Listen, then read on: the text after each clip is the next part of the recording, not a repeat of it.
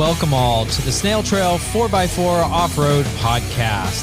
If you like going off-roading in Toyotas, wrenching on Toyotas, camping in Toyotas, maybe poking a little bit of fun at Toyotas, and of course hearing about how awesome Toyota Buggies are, then this is the podcast for you.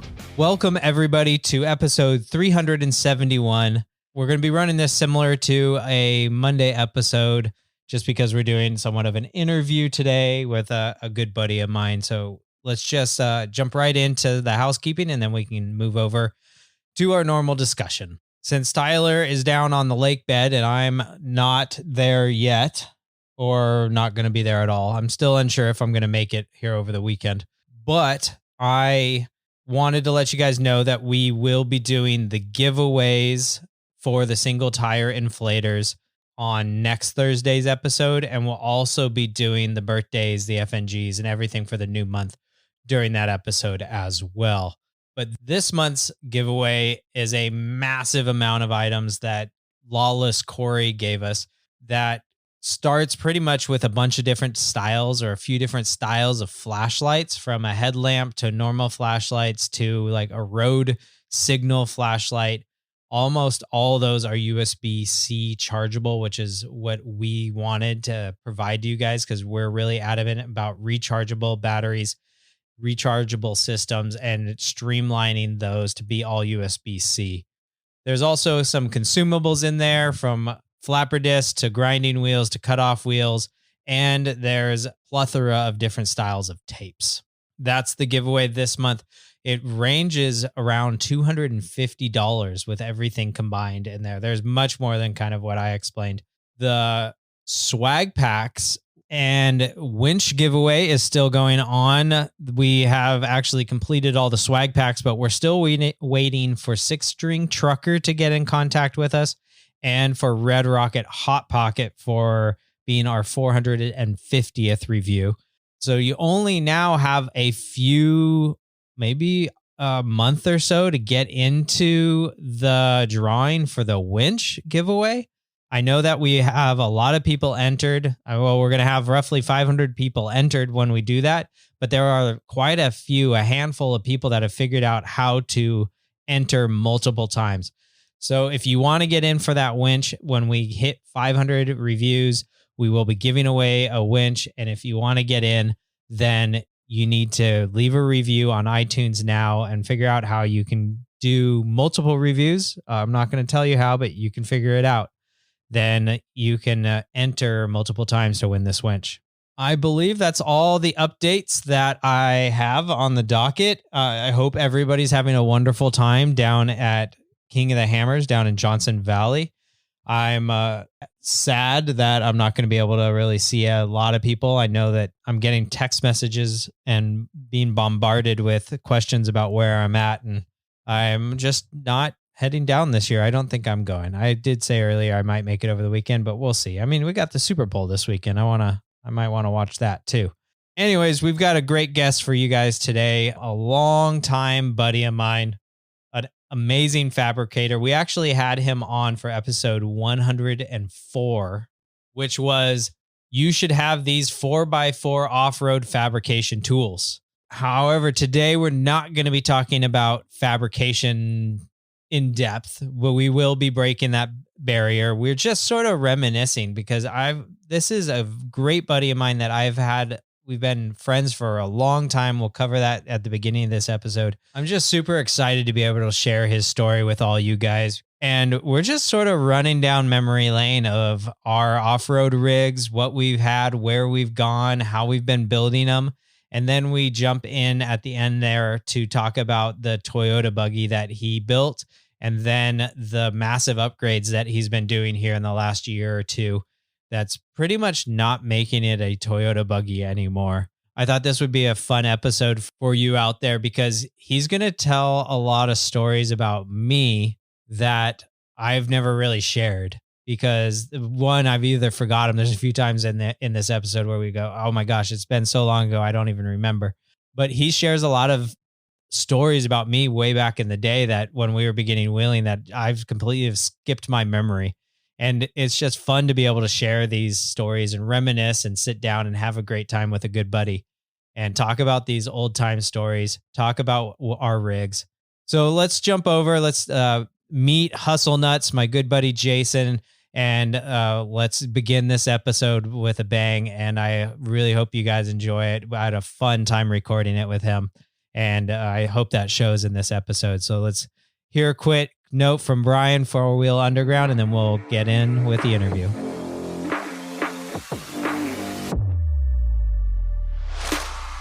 At 4 Wheel Underground, we don't do DIY kits. With 26 years of experience, we've designed and engineered suspension geometry for maximum performance and predictability on and off-road, so that you don't have to. Check out 4 Wheel Underground to find the best engineered Toyota suspension solutions at 4wheelunderground.com.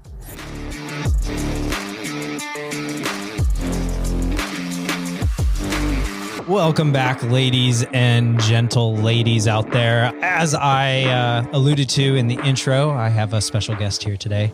One of my good long-term best friends, Mr. Hustlenutz. Jason, how you doing today? I'm doing all right. Yeah? Yeah. You were when you walked in, you told me you were sad and you thought we had forgotten about you. Yes. Is that because we haven't had you on in like 150 episodes or something? Like that. Yeah, I'm just like a whisper. Oh no, we talk about you like every friggin' episode. It seems like. Oh, it could be a drinking game. It could be. There you go. Yeah, if you hear in another episode, yeah. If we say Hustlenutz, you got to finish your beer. There you go. Yeah, or your rum chata. Mm. That's your drink of choice, huh? It is. Is it still? Yeah. You were Fireball for a hot minute there. I love Fireball. It just hurts my throat too much. Oh, does it? Yeah, it's just. How about hot tamales? I can eat hot tamales. Okay. Is it the whiskey then? I don't know. Yeah. Okay. I don't know. I think it's a different level. I would say it's a different level. But I love cinnamon. I love cinnamon flavored stuff. That and M&Ms. Peanut M&Ms. Peanut M&Ms. Yeah. If you need to bribe Hustlenutz here, you just string a bunch of bags of peanut M&Ms towards your house and he'll eventually find his way. Like on E.T. with the Reese's Pieces. Yeah, or Hansel and Gretel, but that one didn't end so well. Oh, man. Thanks for joining me. Yeah. This is going to be fun. We've got a fun episode ahead of you. Well, we're going to do some history. I think we're going to jump back and you're going to be able to tell the listeners some stupid things I've done in my past, which there's only been one or two that I can think of. And then I wanted to jump into your buggy, the buggy project that you've got going on, and we'll talk about the evolution of the buggy, because it's been pretty fun little ride and story to see how you've decided to change it up here recently and jump both feet in. You were going to wait a year, right? Yeah. For the drivetrain. I was. Now I'm in it now. Now you got it. Can of worms has been opened. Yes, it has. All right. So let's see. Where should we start? When did we meet? High school. Yeah. Was it sophomore year? Was it freshman year? I don't remember. 95, it's 96? It's got to be freshman or sophomore year, one of the two. Yeah. And you had your first vehicle was a Supra. Nope. Oh, what? I thought it was the Toyota Supra. No, that was my second. So my first was an 86 Toyota truck. Red. Yeah. I don't think I remember that. No. I traded that for the Supra. Okay. And then did you trade the Supra for the gray truck? No, I bought the gray truck. Okay. So I had the Supra and the gray truck. Oh. Wow. And then I ended up. That Supra was fun. It was fun. What was that? An 80? It was an 86 and a half Toyota Supra. So it was the very first year of the Supra. Okay. And the 86 was a Celica Supra. Oh. And so this was the half year where it actually became its own car. Oh, nice. Yeah. And what engine was in it? It was an inline 6, 24 valve. Speedy thing. Yeah. That car was fun. It was super heavy, but it didn't care. No, it had the torque to do it. Yeah. And then our buddy Josh probably outfitted you with all the speakers and stereo and everything. Yeah, I remember. So it was blue. The Supra was blue. And I forget the brand, but it was this bright neon blue amp in the back. And I had to put a towel over it because it was so bright, and because it was a hatchback. Right. So it lit up the whole back, so I had to put a towel over it. But when you took it off, it was just, you see through it and everything inside was all blue. It was gorgeous looking. Looked great with it.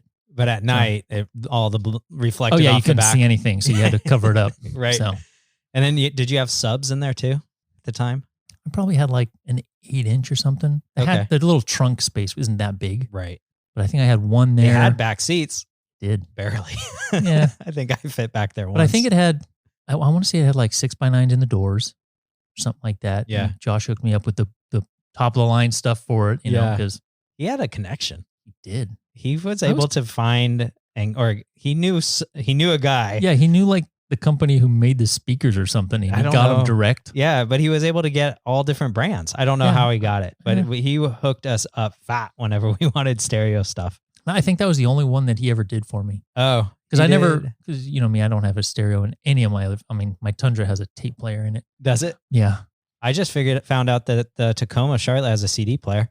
Nice. Yeah, Just- I didn't know about it. Somebody Is asked me, it- like, can we bring, we were going on a road trip and the assistant wanted to get like a book on CD. Mhm. I was like, I don't think I have a CD player. Then we were on the road trip. She's like, look, you got a CD player. I'm like, oh, So on Sorry. the console, there's a CD player and you didn't know it? no, I didn't. Does the head or the faceplate No. drop down? No, it's or just a anything? slot that has no indication that it's, I just wasn't paying attention. I don't carry CDs anymore. Who It does? Bluetooths to my phone and I can play it that way. I'm good. You know, I'll just download the audiobook next time. There you go. That's what I ended up doing actually. Yeah. So we were kind of somewhat into stereo. I was somewhat into stereos back then. The first vehicle I had was the Cherokee, but then I got that black truck after my parents turned it in. The black, it was a 1990 Toyota pickup extra cab V6. I think I called it Black Bee. I was naming them back then. Did you name this Supra? No. Don't remember. I think Ruth is the first one I named. Oh, was I it? can't think of that I named it. Not even the Silver Bullet? I don't think so. So you ended up buying that silver Toyota pickup. What was that, a 90 also? It was. I want to say it was a 91 or a 93 Okay. extended cab. Same third gen Had the pickup. 3.0 in it. Oh, it had the V6 also. Mhm. Yeah. Had the moonroof. I like that because I would always, or the sunroof. I don't know which one's removable. I don't know. So the glass Sunroof. would come out. So in the summer, I just take it out because I like the wind. That's cool. So I don't remember that. Yeah. That was a cool truck. That's really, it was I on think, 35s. yeah. They were It was huge fun. at the time. I know. Right? And that Enormous. was I think when you got that truck, I'm like, oh shit. Okay, here we go. We're going to start doing some fun stuff. Hang on. So I'm trying to think back because we have such history. I remember a picture of my red truck next to your black truck on the curb at Del Oro parking lot. I have a vision. Really? I'm imagining that picture. I'm going to go, when I get home today, I'll go through All right. my old pictures and see if I can't find that. All right. I'm pretty sure I had that. You find it, I'll make it the thumbnail for this photo or for this Perfect. podcast. Perfect. Okay. Yeah, that'd be fun. That one, but Yeah. that red truck was fairly stock, right? Oh, yeah. Yeah. Yeah, like 31s maybe. Right. So what made you go from the jump from the Supra to a truck again? I think I was just looking for a different truck because my first truck was the standard cab. It was an 86 standard cab. Then I traded that for the Supra. And then I think I just wanted something, was looking for something different. So I ended up getting the extended cab, second gen. Third gen. 90s? Third gen. Yep. Yeah. Sorry. It's okay. Third gen. I've still got one. So Yeah, yeah. got Yes, you two, I do. think. Oh yeah. So that makes sense. And then not only did you just get another truck, but it was lifted. It was on 35s. 33s maybe. I don't remember. But man, it was huge at the time. It was big at the Yeah. time. And we thought it could go everywhere. Oh, yeah.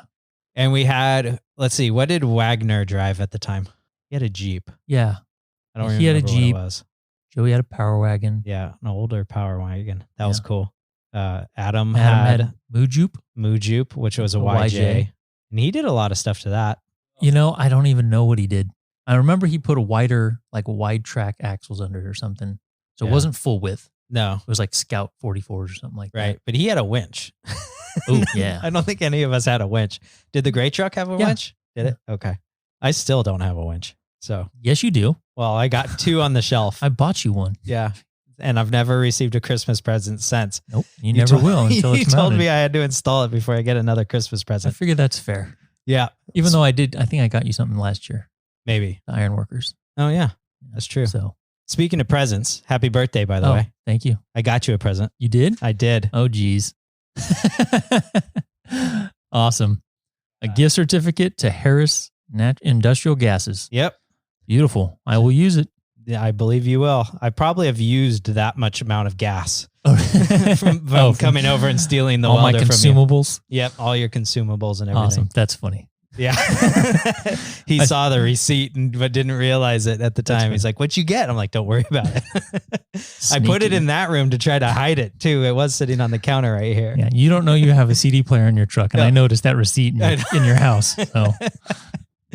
All right, you got it. Yep. Well, thank you. Yeah, you're welcome, buddy. Happy birthday. You 40 again? Yep. Second time? Third time? Third? I guess third time now.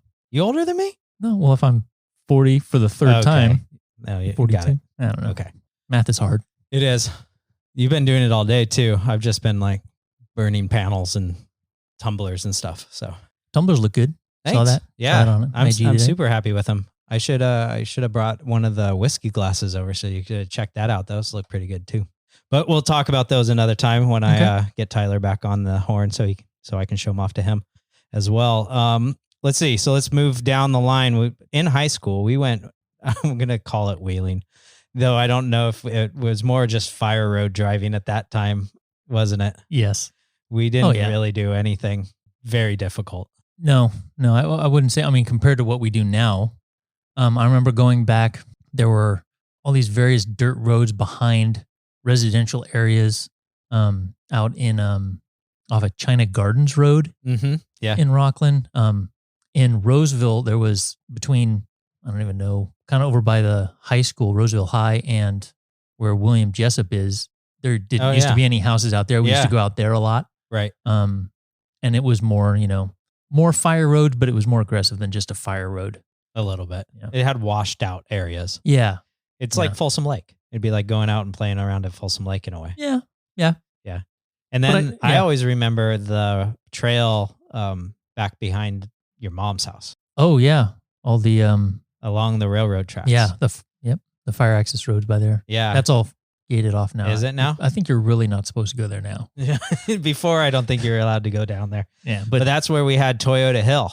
Remember Toyota Hill, where there's this one rocky hill that no Toyotas ever made it up? No, that wasn't out there. I thought that was out off of over by Rockland High. Oh, well, I thought it was up there by Auburn. I don't remember. Then I don't remember. At least that's my story. I tell. Okay, I'll stick with that. You can tell another story. Yeah, and that's when I had the black truck on 31s, and I had that black truck up until into college when I went away to college, and then I got in a T-bone accident. That wasn't my fault, and totaled that truck. So what ended up happening to the gray truck? I sold it to a guy that I had worked with at Harrington Precast. Mm-hmm.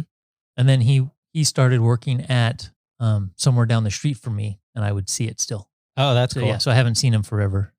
But do you know if he still has it? I don't. Yeah. No, I haven't seen him in over 10 years at least. Right. Yeah. Probably closer to 15. So after you got rid of the gray truck, is that when you got Ruth? Did you change from the gray truck straight over to Ruth? Pretty soon. Yeah. Okay. So I bought Ruth in 2000. And what was Ruth?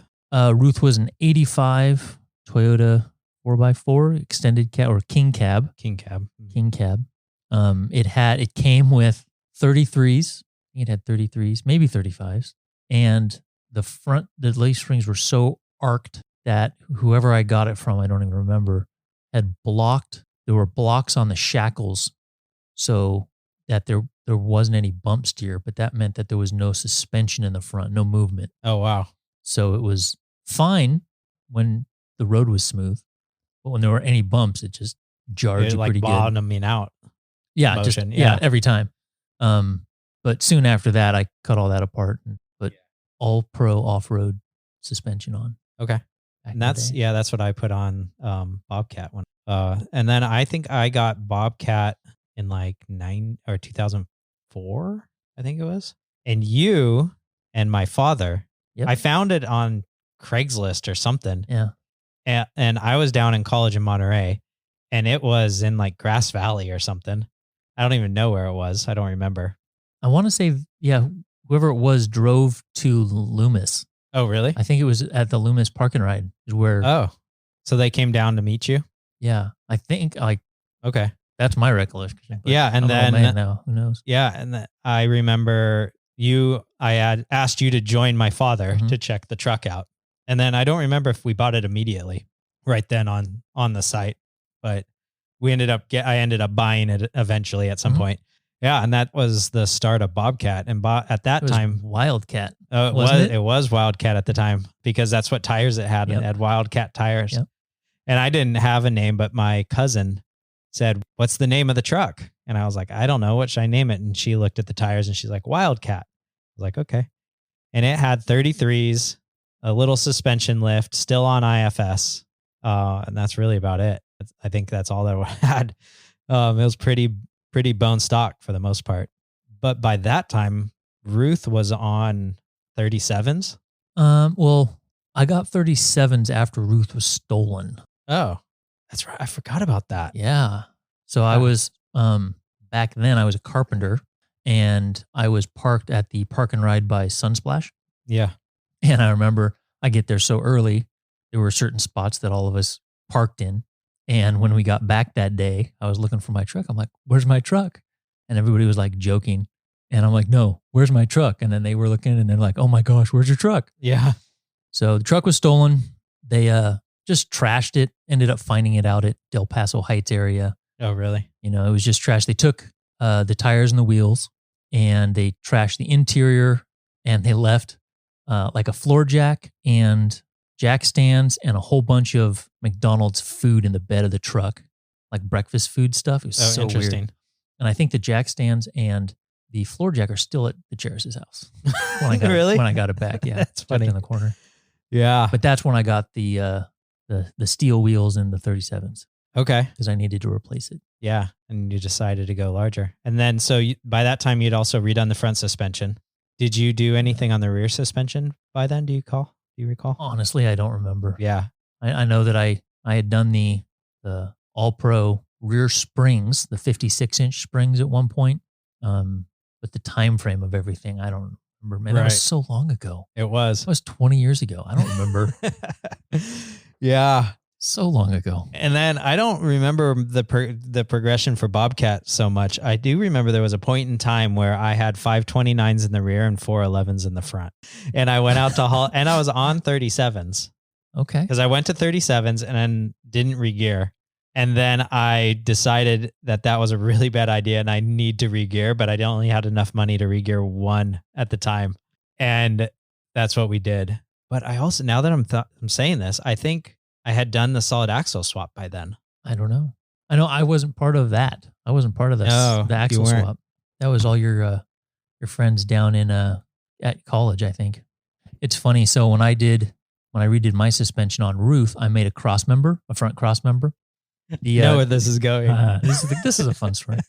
So I made this cross member out of some like 2-inch square tubing, and I put a hitch receiver right in the front, and I recessed some plate and some gussets and stuff like that. It was really good looking, and I made you one for when you did your solid axle swap. Yeah, and then you went and did your solid axle swap without me, and so I gave it away. Yeah, and I gave it to Dave, and so that's what's been on his 4Runner this whole time. Yep. And he was actually talking to me the other day saying he's trying to figure out how to cut it off so that we can give it to somebody else. Oh, yeah? So, you're like, you should give it back to Jimmy. I told him that. It's only slightly used. Yeah, that would be funny. I'd hang that in the shop. Nice. That would be fun. Yeah. It was fun. Yeah, Dave is, we've talked about first gen 4Runner Dave on the podcast a few times, and Dave's known Husmann for a long time, longer than me. Yeah, we went to a church together. So I met him in junior high. He went to Rockland High School.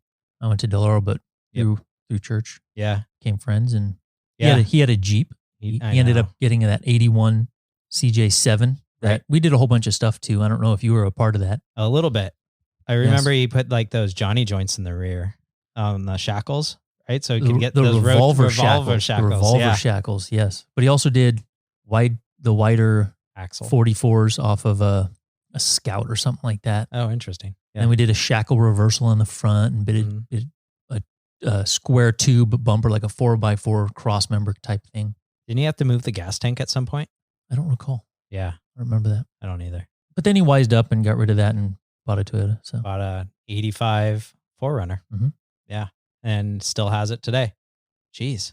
He's had that longer than I think I've had Bobcat and longer than you've had the Buggy. But we'll jump into that here in a little bit. So yeah, he's had that 4Runner for a while. And he's also doing right now a 4-wheel underground 3-link suspension on the front. So we were hoping to get him here today so we could all joke around about the good old days, but he unfortunately has to work. Bummer. Oh, well. When I finally got 37s and 529s, I think I went straight. At that point, I put a Detroit in the rear right away.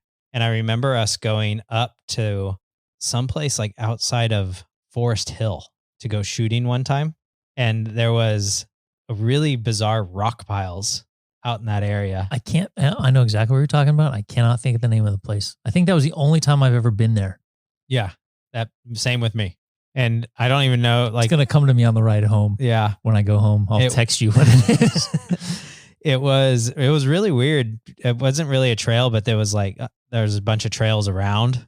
Yeah. It's kind of like a riverbed kind of thing. Right. And then there were, it'd be good for like dirt bikers. There were old berms and stuff going up on the sides. Yeah. I can't think. I still see. I want to say that I see posts on Facebook about people going up there. Oh, really? And yeah, yeah. I just remember thinking I was so cool when I parked over this like little goalie.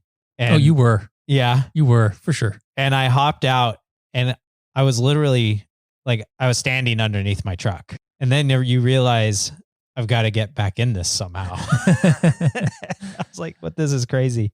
And back then it was sort of a free for all, but I remember we were kind of plowing trails and you ended up puncturing one of your tires. That was at a different place. Oh. And I think those are at different places. Okay. Because that was at, where was it? It was up in past Colfax. Remember there was that guy. He let us shoot on his property. Then I'm thinking about two different places. Because that's a man, I wish we had a map. I can't think of it. You got a computer right here. There you go. So you get off at the Colfax exit, you take a right, and then you kind of take a left and it goes down a big hill and it goes up a big hill. And it was across over there. And the guy like owned the town or something. It was some old abandoned town. Yeah. And there were like 2 buildings on it or something. Right. Yeah, we were driving and I ran over a manzanita bush. Yeah. And heard it go pop. And then, quickly drove to a spot that it was easy enough to change. Iowa Hill? Iowa Hill. Is that what it was? Yeah. Okay. That's what it was. We didn't even get there on the map. You figured it out before. Or was it Yankee Jim's? I don't know. I thought it was up in Iowa that Hill. area. Iowa Hill. I think it was was ringing Iowa ringing a bell for me. Anyways. But that's a different place than the Rocky area? Yeah, that I'm thinking Are you of. thinking of when I had the black truck and I jumped it? I wasn't there for that. Okay. But that riverbed. Possibly. Yeah. That's outside of Colfax as well. There was an old riverbed up that area that we used to just go bombing through. Yeah. And you would just be going, stupid fast and then just splash into the river and then drive through it and then drive over all these other rocks. And then, there was that one time that I jumped that black truck and I landed a little crooked and I had Jen Radajak? Yeah. Jen Radajak in my side passenger seat. She hit her head against the window, broke the window because I landed so funny. I have a great photo of it though. Yeah, I remember. Sorry about your head, Jen. That's a difference. Picking out glass, I think, for years. Yeah, for like years out of that truck. Going down to Pismo and finding sand in your truck. You just keep finding it. But yeah, I pulled the seats out once and I found more glass. It's just glass on glass. It kept coming. I think I forgot where I got the replacement for that. But yeah, that was with the black truck. That was a fun spot too. Greenhorn. There it is. Yep. Yeah, that you're not allowed to go there anymore either. Oh, they shut that place down. That's right. It's more fun where we go now. It is. Yeah, it's true. I wanted to talk also about one of the times that we took. I want to call was it a net? Yes. In Little Sluice. Yep. Before it had blown up. Yeah. Okay. So here's the story. So there was a guy that a friend of ours Jason Szymanski bought this truck, and it was a second gen single cab. We went to go. I remember I went with him to go buy it, and the exo cage, it was made out of like 1-inch tubing. You could grab it and just shake it, and the whole thing just wobbled, and it would like hit the frame. So it was like, all right, well, that's got to go. And he ended up bringing it over to my work, and after work we built the exo cage and stinger bumper and redid a bunch of stuff. And at the time, I think I didn't have a vehicle, or because I drove it up there.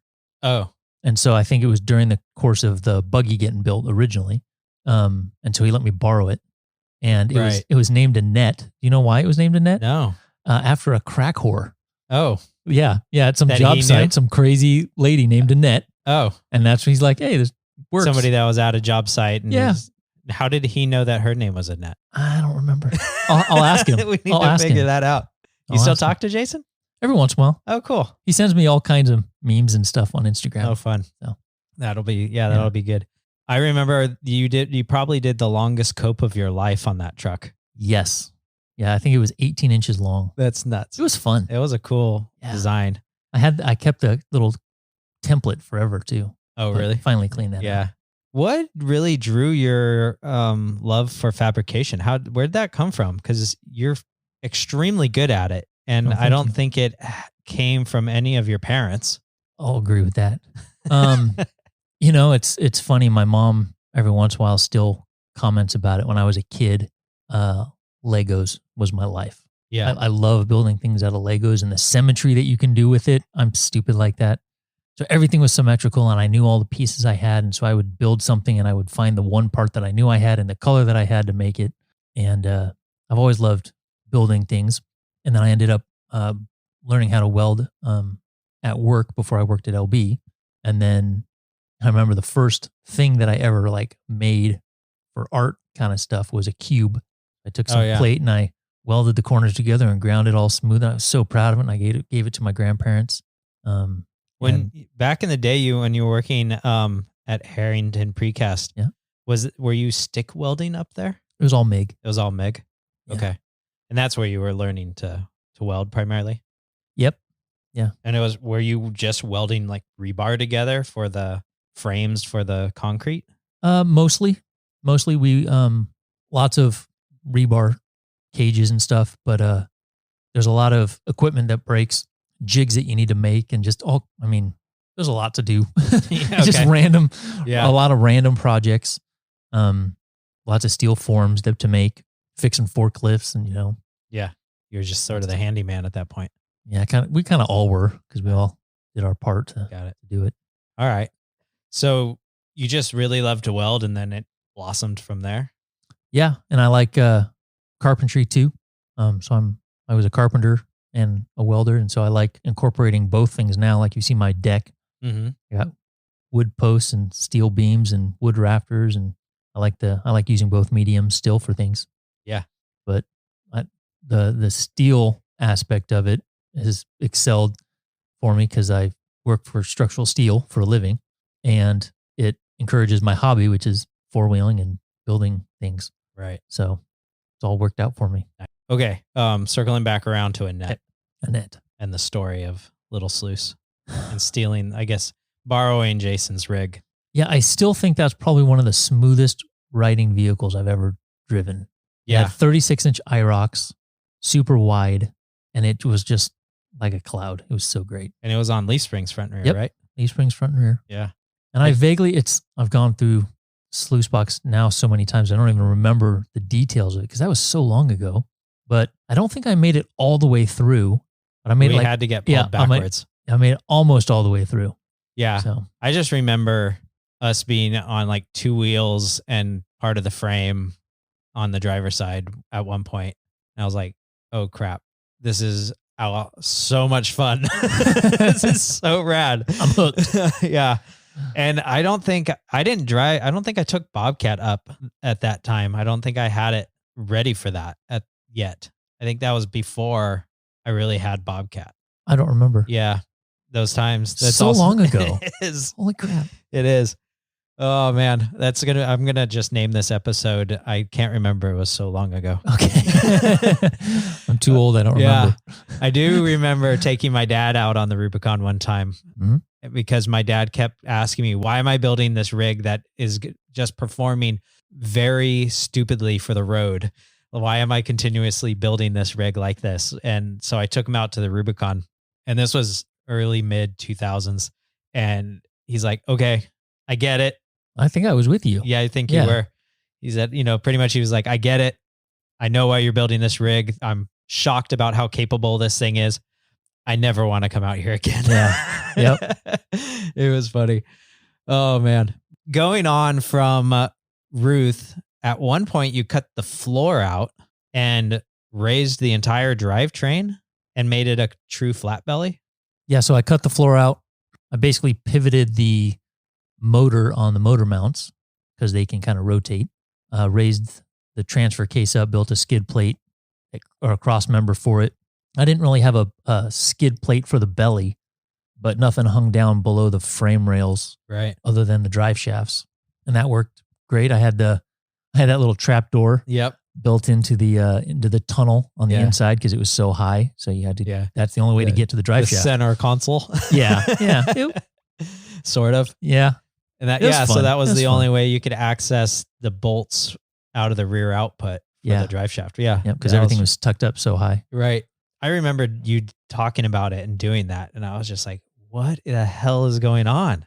You're always these, 2 to 10 steps ahead of me sort of a thing. And I'm like, what is he doing? And then I go, well, that's cool. I want to do that too. Let's let Jason figure out how that goes and figure out what works. And then I'll throw him my rig, or we'll do it on my rig, and he'll know how to solve all the little problems. I'll be the guinea pig. Yeah, exactly.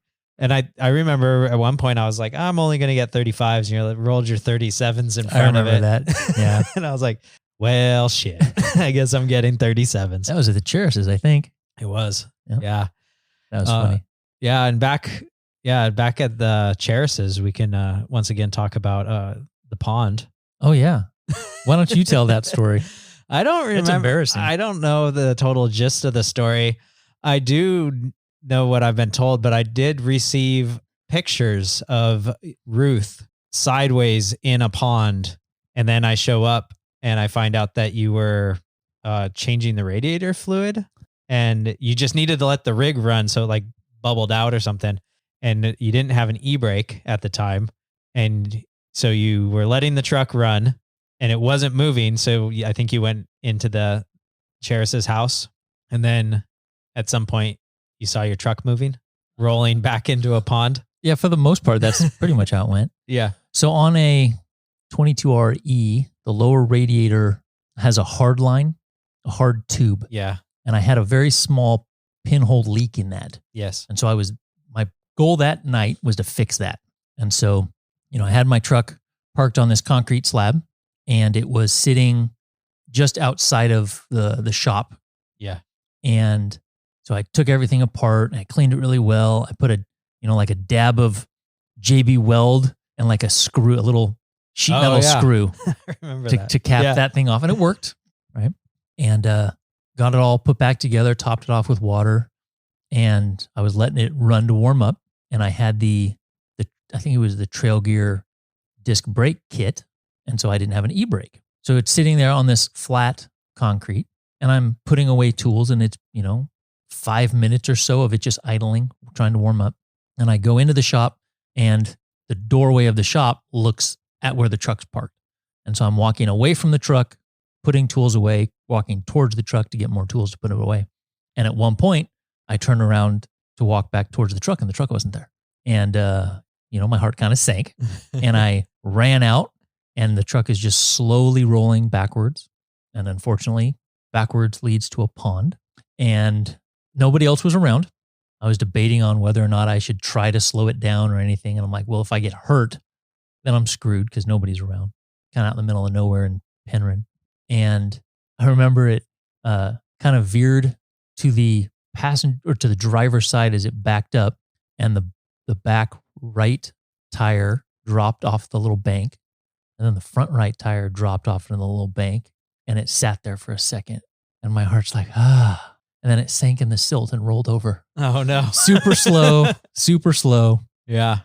And so I ended up texting Gary and then he told everybody. Yes. And so I went and got the 67, 68. What truck was that? The blue one?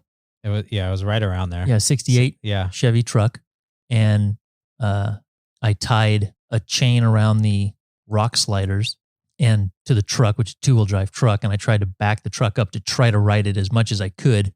And it didn't really work. Oh. And so so Ollie came over with his big truck and Gary came over with his big truck. And so they hooked it up. So one pulled forward and the other one kept it from rolling further into the pond. Yeah. And there's quite a few good pictures, I think, floating around of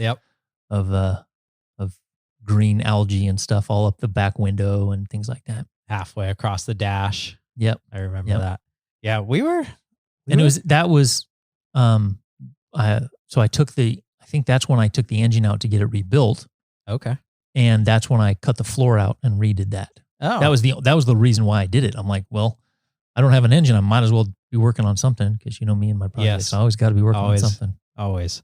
We were quite fortunate to have Gary kind of around. Still are. Yes, absolutely. Still are. He's still around. He's still around. I don't see him as much as I would like. No, and great guy. We don't utilize him as much as we used to because, I mean, Gary's 60, 58. I don't know. He's high 50s. Oh, gosh. He's way older than that. Is he really? Oh, my gosh. Okay. Well, he's looking good for his age. God bless him. He is an old man. He's an old man. He's an old retired peace officer and took took you under his wing, but totally. He opened his door to a lot of your friends, and he is an old sort of muscle car building guy. And we were a totally different direction from what he liked to do, but his wealth of knowledge and his wealth of his shop was a great asset to us when we were younger. Oh yeah, for sure. It was nice because whatever project you wanted to work on, he had the tool to do it. And so after I would do it, then I would go buy the tool that I didn't have. Yes. And so now I pretty much have just about everything that I've ever used because he had the tool and I knew what it was and how to use it, and he'd show you how to use it. He called me the other day to ask for a drill bit. It was like a 5/8 or something, you know, not a typical, not an easy, below 1/2 inch size. But yeah. Did you have it? Did you get it to him? I had it, but I wasn't at my shop. Oh. And so I was like, I can tell you how to break into the shop. I have one. I know I do. I have one too. Yeah. I got a couple. And he's like, oh, I'll just go buy one. Like, okay. But yeah, that was a lot of fun being able to have him. And, you know, he had jack stands and all the hand tools you ever needed and power tools and everything. That's where I did my solid axle swap. I did the SAS at his house. Where was I? I don't know. I wasn't there. No, you weren't. I wasn't part of that. You were upset that we did it. I was, because I made you a cross member and everything. Yeah. You're an asshole, Jim. And then we put... that's right. I don't like you. We welded the shock hoops on, and I asked you to help me weld the back gussets, and you were like, you should have done this earlier. Why did you do this without me? Because the frame was cracking, because there was no gussets on the shock hoops. That's right. I remember that. Uh-huh. Yeah. I've learned my lessons since then. I buy you Christmas presents and birthday presents, and you help me out with some of my fabrication projects. So let's move from Ruth to the buggy, because I think that's an interesting transition, because it took 8 years. 7 years. 7 years for your build. And the gist of the build was you took the engine, the transmission, the T cases, and the axles from Ruth, and you built a chassis around it. For the most part. Yeah. Yeah. Why did you decide to do that? Why did you decide to get out of a body? So there's actually more to the story that you'll remember when I start telling it. Okay. So I had Ruth, which I loved, mm-hmm. right? So it was on 37s. I bobbed the bed like 11 or 14 inches, like something 14 like that. inches, yeah. I had that cool mount across the back of the bed that held the spare tire. Yep. And all my camping stuff slid underneath. Great truck. Love that thing. And my goal, remember, All Pro Offroad, that tiny. Remember Yes. Tiny? Uh-huh. I wanted to build a single seat rear engine rock crawler. Okay. And so I don't even know if you remember this, but I bought an 85 4Runner that was some dude's project vehicle. I don't remember that. You don't? Actually, Yeah. So I bought it and the body was all jacked up. yeah. Like he had cut the cab off and the doors were missing, but it had all the components that I wanted. So I was going to use the 22RE drivetrain, Mm-hmm. flip it around and do a single seat rear engine buggy. Okay. That's what I was going to do. Yeah. And I remember, so I had all the components. I sold a whole bunch of the stuff that I wasn't using, dash components and things like that. And one of the guys at work, his son's transmission went out. He's like, oh, we really need a transmission. And I'm like, I got a transmission. So I sold him that. And then Scuba Steve, Yep. his transfer case broke. I'm like, I got a transfer case. So I sold him that transfer case. I've told the scuba story of us at Gatekeeper. Yep. And him breaking 2 drive shafts trying to get through on his birthday weekend. Yep. Trying to get through Gatekeeper on the Rubicon. And we said, well, we're already all the way here and we don't really want to go home. So we camped. It was so fun. A little bit just off of the rock slabs. Yeah. Just right at the beginning when you go down. Yeah. Right there on the left. There's a big rock right there on the left. We camped there all weekend. It was so great. And yeah, watched all the rigs drive in and out and went down to the creek a few times. And yeah, that was something that I never even knew about. Yeah. The little water holes down there. Cause it's right at the beginning. Who stays there? Exactly. So yeah, I've told this Scuba Steve story a few times about us camping right at the start. Anyways, so Steve's T-case broke. Yeah. So his T-case broke and I'm like, all right, well, I got one. So I sold him that. And then Trevor Harrington, his pickup broke. Yep. And so yeah, we did. The last big thing I had was my engine. Right. And so I sold him my engine. And we did that in my shop, right? Yeah. Yeah. Yeah. So I bought the 4Runner for $1,500. Okay. And when all is said and done, I sold it all the parts for $1,500. So it was just a karma thing. Yeah. I bought a parts truck for other people. It just kind of worked out. Yeah, it just kind of worked out. And so I was, at that point, I was kind of discouraged because I wanted to, build it. I'm like, you know what? I have a truck with all good components. I'm just going to build something out of that. Okay. And so that's where that came from. Nice. And then did you buy the bender before that? I actually didn't buy it. I did a side job, a carpentry side job, and that was the payment. That was the payment? Yeah. Got it. I don't remember. What I remember is I think I had that before. I had the bender before because I think I had the bender at the Cheris's. Because remember how I had the mount that would go in the back of the truck? Yes. For the bender? Uh-huh. That's how I would bend it. Nice. So. I was going to talk about your mount that went in. Was it where like your mailbox was? At my house? At your house? Absolutely. Was it? It still is. Yeah. So you moved your mailbox though? Yes. Yeah.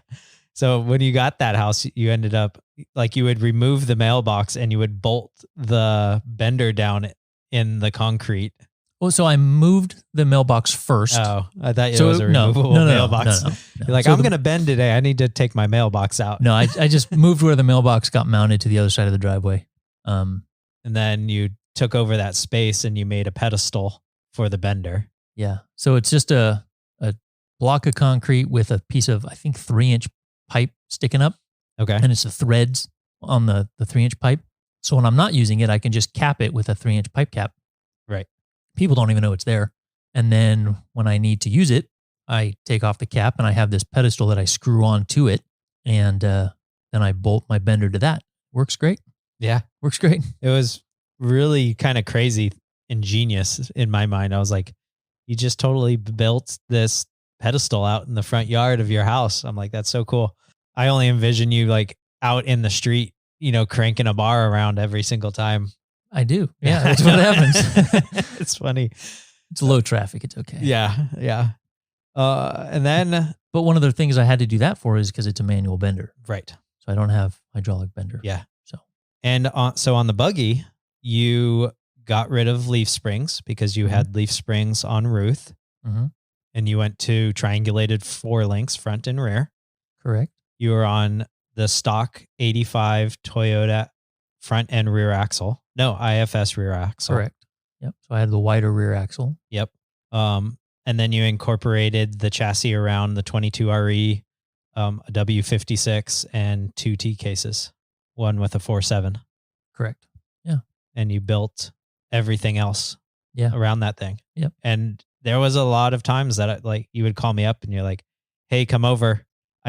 just need to shoot the shit about figuring out this corner. Yep. Or how do I, let's talk about different methods to build something on this buggy. And one of the times I really remember is the roof rack. I was just going to say, yeah.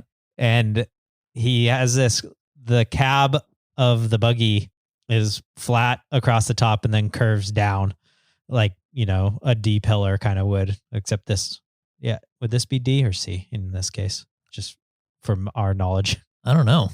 Do you know how the pillars are counted? Yeah. Okay. I don't know if that would be Considered a D pillar.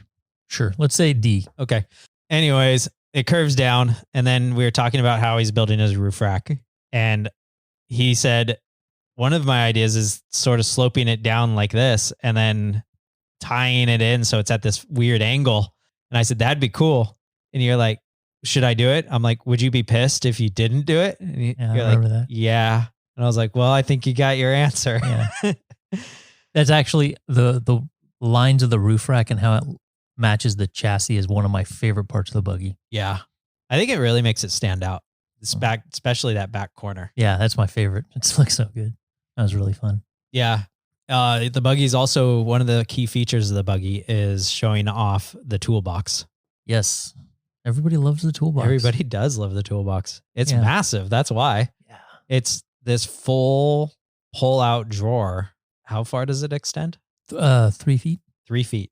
Yeah, the drawer is 3 feet by 2 feet by 12 inches 12 inches deep. tall. Tall. 12 inches tall. Yeah. 2 feet Right. wide, 3 feet deep. And then it's got that angle cut on the back. Yeah. Kind of match the body lines. Right. But your departure angle. yes. Yeah. Yeah. And I mean, it's not only a toolbox, but it's also your table. Oh, it's a great table. You pull it Such out a great to like height. make your lunch. Yeah. You've incorporated design so that your Yeti cooler fits in the back in a good spot. And I remember you built that little deck back there and on the backside, and you were just, these are my totes I take. How do I arrange them? How do I figure it out? How do I strap them down? Well, I mean, it's a friggin' cool buggy Thank you. and it works really well, but it wasn't working well enough for you. No. Sand Hollow. Sand Yeah. Hollow got the best of me. Oh yeah. Okay. So what happens in Sand Hollow that Fun. changed your life? It just wasn't wide enough. And the harder trails that I wanted to run, I mean, I was still running an 85 Toyota front end, and I'm doing 9 and 10 rated trails in Sand Hollow, and I wanted to be wider and stronger. And at this point, I've had that same drivetrain now for over 20 years. Figure it's time to upgrade. Yeah.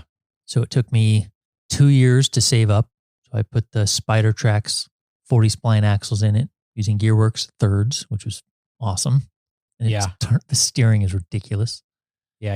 I put Can you cutting get a brakes full in. 50 degrees? Yeah. The Damn near. The knuckles touch each other. The inner and outer knuckle touch. So it's got to be close. Wow. It's got to be close. I don't exactly know how to measure it accurately. I don't have the tool for that. Sure. Maybe Gary does. Maybe I'll Yeah. borrow Gary. But it turns so much. It's ridiculous. It's wonderfully ridiculous. Cool. Okay. And then I put the cutting brakes on it, which helps out immensely. Yeah. Yeah. And then so the next evolution is a new drivetrain because now I got these big boy axles. Right. Before you go there, I want to yes. know what your rationale was of Gearworks over high nines. Over the Mega High Nines. Yeah. Wow. Well, it was. Because I know this is an argument out there on the interwebs. And So- there's probably no right answer. There's just personal preference. So I went back and forth with them directly a bunch. I Okay. was honest with both vendors. I said, hey, I'm torn between either you or Gearworks, or I'm torn between either you or Mega High Nines. Why is yours better than theirs? What's better about it? And they each kind of have their pros and their cons. But I went with Gearworks for a couple reasons. I think that there's a level of professionalism with the Gearworks company that the High Nine doesn't have. Okay. If you just look at their website, the High Nine websites is like 15 years old. They don't update it. They have the pictures that they're representing of the people that run their product is from like 15 years ago. Okay. There's nothing wrong with that. And then the Gearworks website is super modern. They have a ton of other things that they provide. So like the Mega High Nines, all they do is like their thirds. Got it. Gearworks does all kinds of other stuff.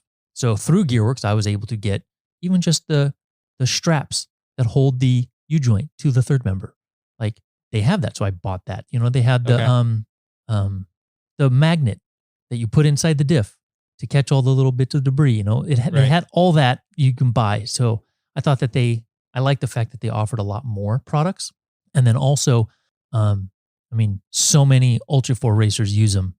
Right. And so there's actually, I think it was Chris Wick or Eric Wick, one of them was selling a whole bunch of stuff. And I'm like, oh man, $3,300 for that third, man. I could buy that and have that be a spare. Yeah. You know, because that's what I have. Right. Yeah. I'm like, I can't justify that right now though. But I think that more people that I know use them, and everybody that I talk to who uses them said they're great to work with and they're a great product and everything like that. So that's what I did. Okay. And why did you decide Spider Tracks out of all the other kind of axles out there? Is it those are sort of the sexy housings? Yeah. And those knuckles are so sexy. Yeah. I was going to say, is it primarily the thrashing that they take at Ultra 4 and the way that they survive? No, because that's not what I do. So I didn't buy, the chromoly version. I bought the lowest tier of the axles because I'm just crawling and I'm not going to be jumping it or anything like that. And again, it's one of those companies that I can buy all of their axle components from, all their brakes and everything. So I bought everything from them. Spent a ton of money there. Yeah. And I'm so glad I did because I love my axles. Okay. Yeah. They are gorgeous.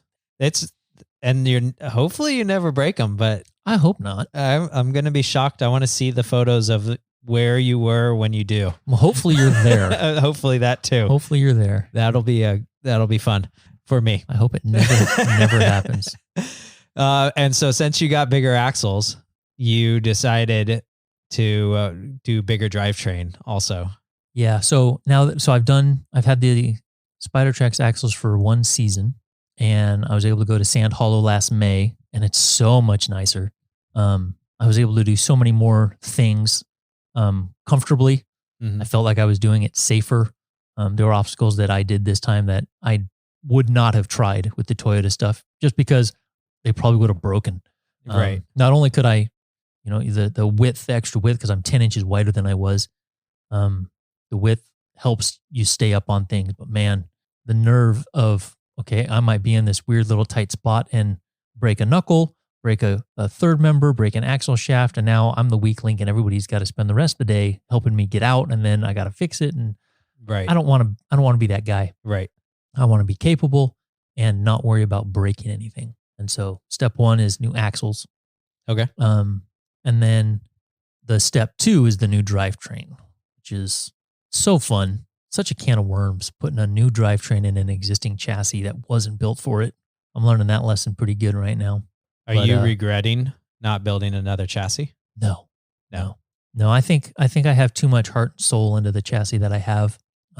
So when I built my chassis, you couldn't buy chassis unless you were like a professional race car driver, the Jimmy's chassis and stuff.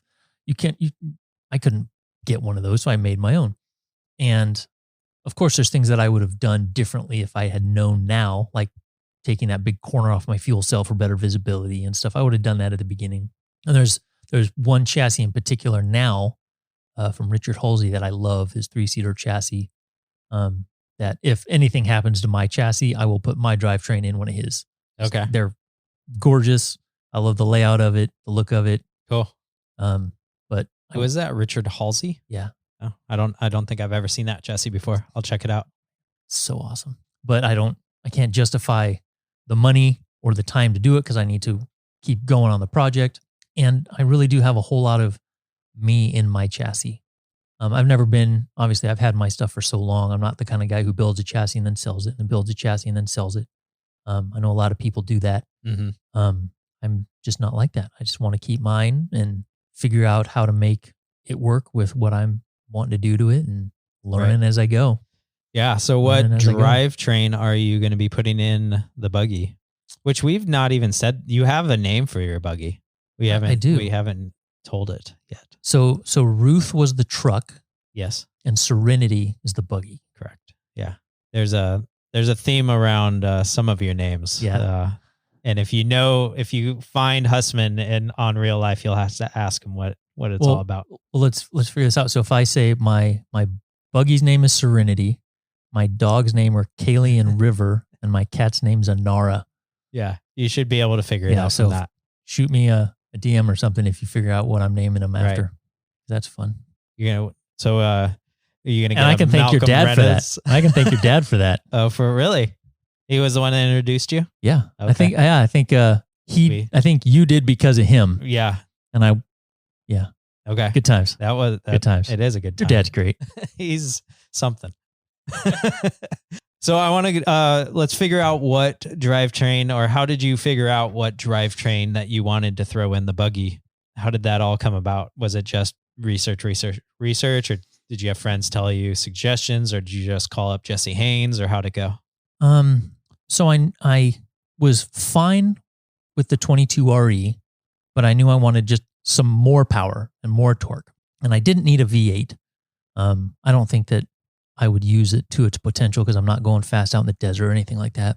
And one of the things I like doing is the people who are building these unlimited class kind of buggies with no limit, what are they using? Right. And a ton of them were using this small little V6. It's an LZ9 and it's a 3.9 liter V6. Mine's out of an 09 Impala, and you and I actually went to the junkyard to go dig it out. Pull it out, yeah. That was kind of fun. It was a different experience of removing an engine that I've ever had before. Because you don't care about the wires, so you cut the wires instead of saving anything. I'm usually to the point where I'm going to have to put something back into this vehicle, and I don't want to damage things. It was creepy almost. I was like, I don't know what to do. And you're like, cut it. I'm like, oh yeah, I can do that. I forgot. Yeah. And that big old A-frame cherry picker thing they had, we had to wheel out to the boonies to go get. Mm-hmm. Yeah. That was fun. Okay. So there's a bunch of other racers out there, or are they like not racers, but in the rock crawling, Yeah. And I don't even know if they're doing it in the competition stuff, but the guys who are out doing it for fun, in their buggies, are running it. And it's a very small engine. Yeah, you said it was lighter than the 22RE. Yes, so it weighs less. It has 240 horsepower and I think 240 foot-pounds of torque, and it gets 90% of that at 1,500 RPM. Whoa! So I'm betting when I'm putting around on the trail, I probably have more horsepower and torque than a V8 does putting around on the trail. Is my guess, or really close. And probably more than a 22RE at 15,000 RPMs. 15,000, yes. Because it's going to have a lot then, but it still's not going to have that. Yeah, so it's a small engine. It's a light engine. And so that's what I settled or decided on. I didn't settle on it. Decided on it, and I'm happy I did. One of the cool features about it is that the intake manifold is reversible. Yeah. So you have to do some stuff to do that. But the intake is normally coming off the back of the engine. And so I flipped it around to the intake's coming off the front because I have a dash in the back and I just didn't have room for it. Mm-hmm. And so that was kind of a fun thing to be able to do, knowing that, okay, well, if it doesn't fit coming off the back, I can flip around and put it off the front. Yeah. That's neat. So what did you decide on, the transmission before the engine or the engine before the transmission? Or was it a pair? Engine before the transmission. I think that I was thinking about the drivetrain for a while. And so I was kind of whittling it down. I knew I wanted the LZ9, and I know that there are a couple different transmission options. I went with the 700R4. I had one made from Maximum Offroad Transmissions. Okay. And so one of the cool things about it is... Where are they located? Southern California. Okay. But it has a 60-degree bell housing, so it bolts up to the engine.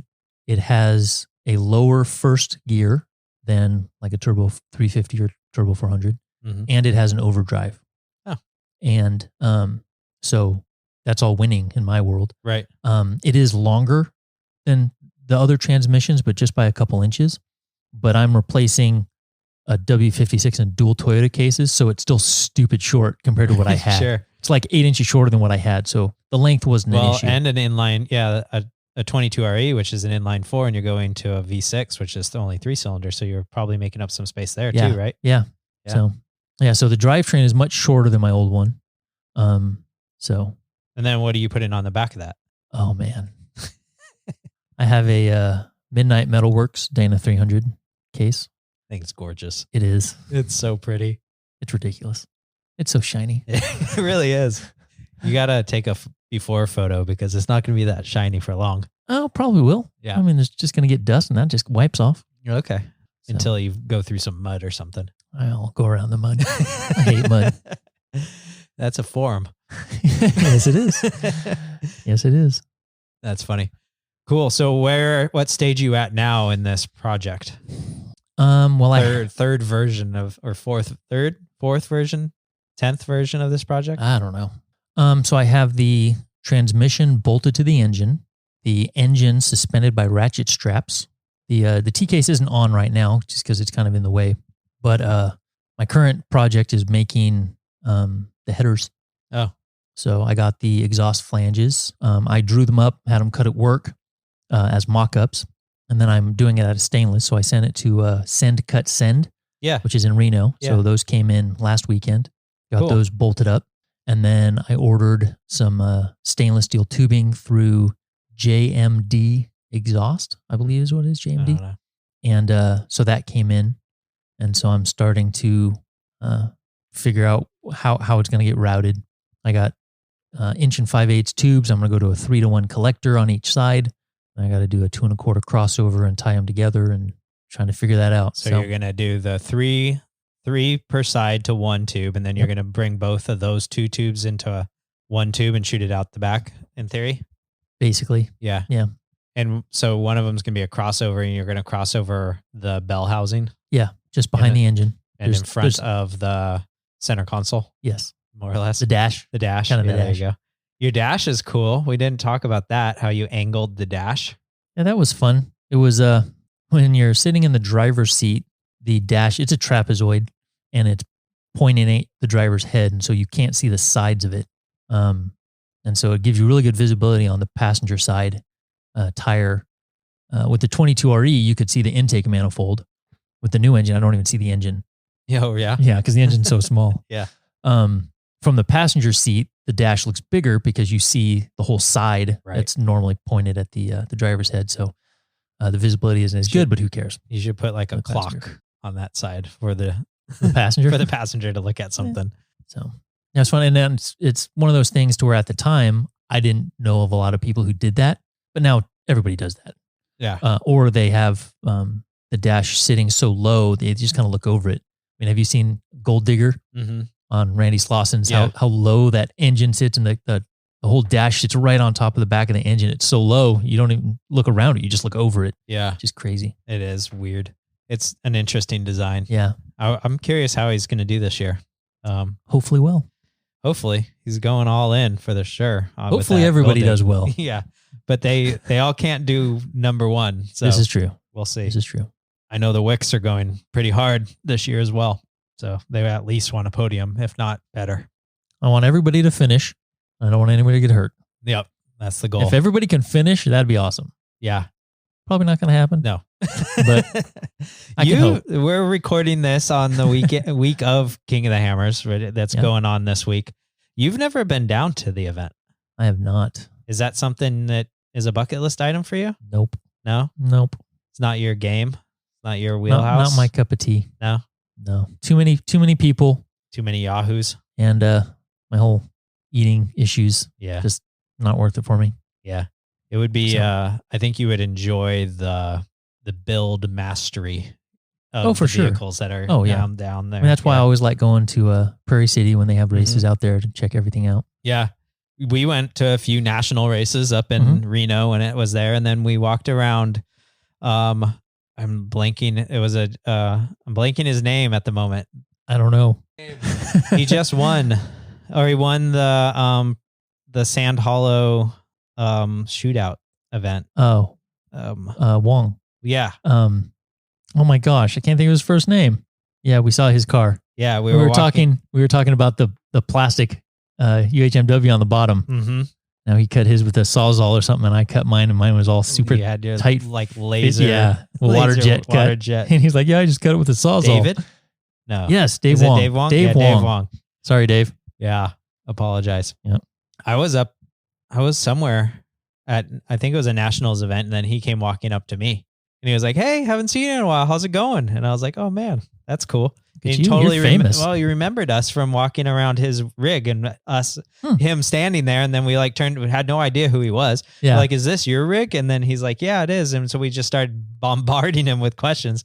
Did Jesse Haynes build this? Whose is this? How did they do this? What's happened here? Poor guy. And then I think he just remembered us asking detailed questions, like, and he appreciated that. And I think that's why he remembered me. It wasn't because I did it. That was pretty much before, maybe I was just starting YouTube then. It was pretty early. I wasn't doing the podcast at that point. I know that. That was a while ago for sure. Yeah. But yeah, he's a good guy. He's a really nice guy too. I don't know why I brought that up. I forgot. Anyways, yeah. So what is next once you get the buggy together? Are you doing anything else, or is it together and you're just going to rock it for a while, or what's the game plan? No, well, the focus right now is to get it together. I'm trying, normally I go to Sand Hollow in the May. I canceled that trip and I'm going to try to get it done and go to Trail Hero in October. That's my plan. Okay. I told Jason at Wheeling Wine and Whiskey to make me go. Yeah. So we'll see how that plays out. All right. But I need to get the buggy done, do a bunch of Rubicon and Ford Ice trips to get it dialed before I go to Trail Hero. Because it's going to be such a different rig. Yeah. I mean, it's going to have an automatic and it's going to have front and rear dig. Like, I'm not going to know what to do. I was going to bring that up. Thanks for circling it around. You are going away from the manual transmission, going to an auto. Yeah. What was the deciding factor on that? The technical lines at Sand Hollow. Oh yeah. Yeah. I mean, there's just and the one less foot thing I need to do, with the clutch. Yeah. I mean, there's so many shifters to deal with. Another variable of a clutch in the mix where if you just have the brake and the gas, you got a lot more control. Yeah. Plus I use, now I'm using the cutting brakes and stuff like that. And I'm going to be using the front and rear dig more. So I'm going to want less things to do. Yeah. So. Okay. So yeah, less things to have to think about. Yeah. When to push the clutch in. Am I going to stall? Is it what's going to happen? You just, because I've been in some weird spots where I'm like, crap, and it dies. And you're like, son of a, and you're up at a weird angle and you got to take your foot off the brake to give it gas to be able to go. And it's like, nah, I'm not going to need that anymore. Okay. So that's, I think a lot of people are going to automatic transmissions these days. I think the technology is so far better than it has been when we were building our rigs originally back in like 2000, that, the automatics were just laggy and like sucked so much power, especially for our 22 REs. I think that's the thing. So like the transmission I got is out of like a late 80s Chevy S10. Okay. Like it's been around. Mm-hmm. So I think that we were just so underpowered that we didn't want it. Yeah. You wouldn't have put that behind a 22 RE. It would have, you just need more power to give to it. Okay. Point taken. I do like the manual valve body aspect of a manual transmission. But so is yours a manual valve body? It's a manual reverse. Yeah. What does that mean? So first gear is right at the top. So I can put it in reverse quicker. So it goes first, reverse? No, it goes drive, reverse. There is no first. It goes park, reverse, neutral, 1, 2, 3, 4. And so when I'm crawling, I can be in first gear. And if slam it to reverse. Quick. I can just push it up to reverse without having to go through 3, 2 or 4, 3, 2. It's the gearing's reversed in a way. Yes. So instead of it going park, reverse, neutral, 4, 3, 2, 1. Correct. It's the 1, 2, 3, 4. Yeah. Oh, that's cool. And are the transmission maximum off-road transmissions. They flip that around for you. Yeah. It's not a standard thing. You can't get a transmission that's reversed like that. I don't know that you can. Okay. Yeah. I don't know that you can. Cool. But it's very common to do that. I didn't even know that was a thing. Now I do. Yeah. Can they do that can they move my shift pattern around in my manual so people can't figure out how to drive Bobcat? Maybe. Call them and ask them. Yeah. Or I'll just leave it in low, and then the people that try to steal the truck won't know how to take it out. Oh, too funny. Sounds good. I'm excited. Trail here. I really want to try to make that as well this year. So that's one of the trips I'm going to do. I'm not going to King of Hammers this year. Obviously, I'm not there. And I've got Moab coming up in April that I'm going to be going to. And then I think Trail Hero I'm going to try to make that happen as well. So those are my big trips this year for sure. So that to cruise down there and hang out with you would be a lot of fun. I think that'd be a blast. Let's see. Where can people find you if they want to ask you any questions, fab stuff? Cause you do know one or two things about fabrication or buggy life, or, as the assistant would say it, #buggy life. Heck yeah. Or heated seats or whatever, if they wanted to talk to you about that. Instagram, probably. Okay. Hustlenutz is my Instagram. Yes, it is. So I know. Reach out. It was a redundant question on my end. I know. Figured I'd play along. Thank you. I appreciate it. Well, I guess since that other guy is not around, it comes on to me to ask final words of you. So I'll give you a quick second to think. But do you, Husmann, have any final words? Just keep doing it. Whatever it is that you're doing, just keep doing it. Keep growing. It's fun. So I have friends who are kind of in all aspects of their four-wheeling kind of career.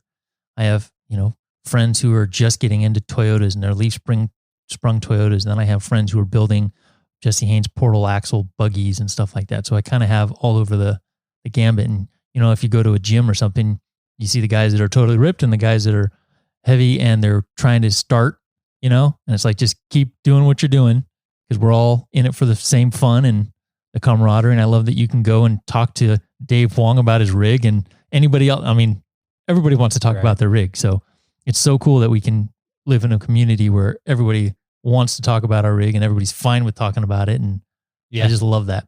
Yeah, absolutely. So I agree. It is fun to be in the community and be able to help and give back a little bit to the community with the podcast and YouTube and stuff.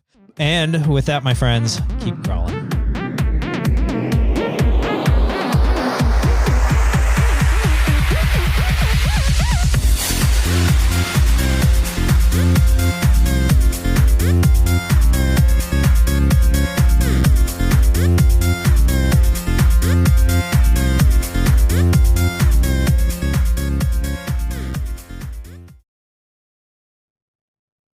You know what? I do have one for you. Do you? I do have one for you. I'm ready.